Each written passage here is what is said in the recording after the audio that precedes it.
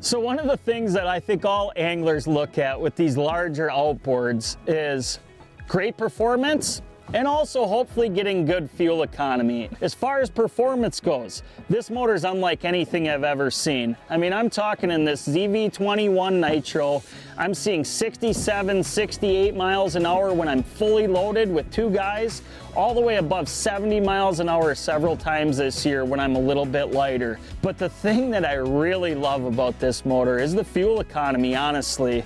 And when I'm talking about wide open throttle, so going almost 70 miles an hour, I'm only burning 30 to 31 gallons per hour at those speeds, which is legitly a 30+% increase on what we've seen in the past L6 Verados that these new V10s have taken over.